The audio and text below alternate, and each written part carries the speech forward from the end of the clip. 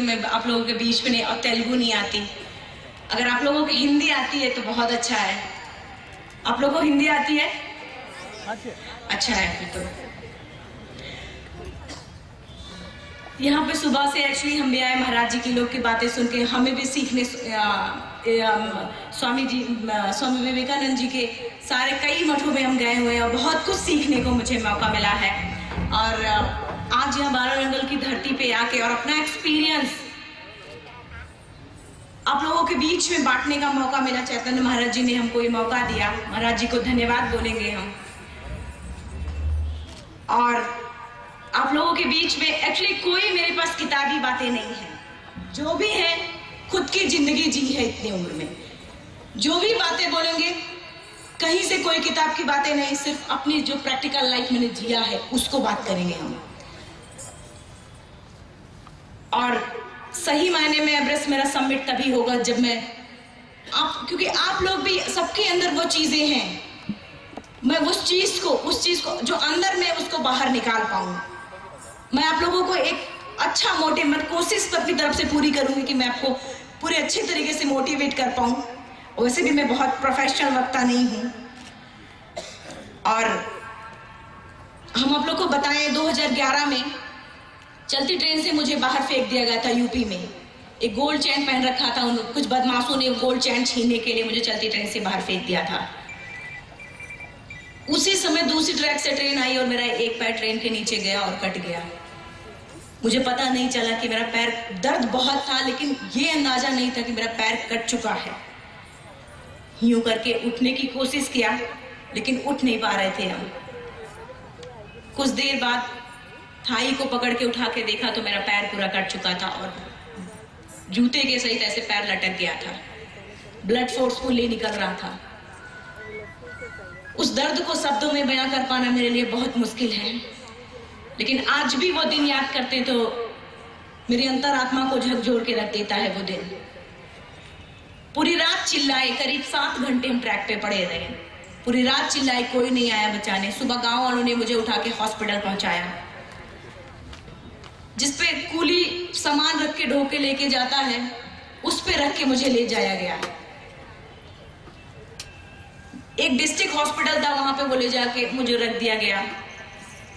Doctor, pharmacist सारे लोग थे, आपस में बातें कर रहे हैं कि हमारे पास एनेस्थीसिया नहीं है, ब्लड नहीं है, ऑक्सीजन नहीं है, हम इसको कैसे बचाएं। इसको गैंग्रीन हो चुका है पैर में, कैसे क्या करें। मेरा ब्रेन कॉन्शियस एकदम काम कर रहा था। मैं होश में थी उस समय भी और ट्रैक पे भी होश में। जब हम ट्रैक पे थे तब भी ट्रेनें आती गई जाती गई आती गई।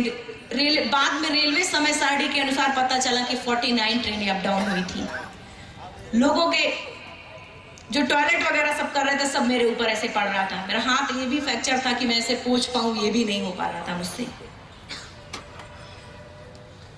हॉस्पिटल में जब इस तरीके से लेटा के आपस में सारे लोग बातें कर रहे थे कि कैसे हम इसको बचाएं, एनेस्थीसिया देने डॉक्टर नहीं है, मतलब इस तरीके की बातें आपस में।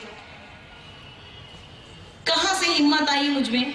मैंने उनसे बोला कि सर, जब मेरा पूरा पैर कटा, रेलवे ट्रैक पर करीब 7 घंटे पड़े रहे, तब मैंने बर्दाश्त किया। अभी तो आप मेरे अच्छे के लिए मेरे पैर काटेंगे, अब बिना एनेस्थीसिया के पैर काटो, मैं बर्दाश्त करूंगी। और उन्होंने मेरी इस बात को सुन के फिर मेरे सिर पे हाथ रखा और बोला कि इतना भी किसी को जीने का जज्बा है, वो मुझे पता, मैं जीना चाहती थी। और फिर उन्होंने अपना 1 यूनिट ब्लड दिया और फिर मेरा ऑपरेशन किया गया बिना एनेस्थीसिया के। पूरा पता चल रहा था मुझे कि मेरा पैर काटा जा रहा था। उसके बाद वहां पे बेहोश हो गए। फिर जब होश आया तो वार्ड में थे हम। वहां से फिर दिल्ली एम्स में एडमिट कराया गया। जिसका शरीर का एक अंग कट चुका हो, पूरी तरीके से टूट जाएगा। मैं भी टूट चुकी थी पूरी तरीके से। यही लग रहा था कि पूरी तरीके से जिंदगी खत्म हो चुकी थी।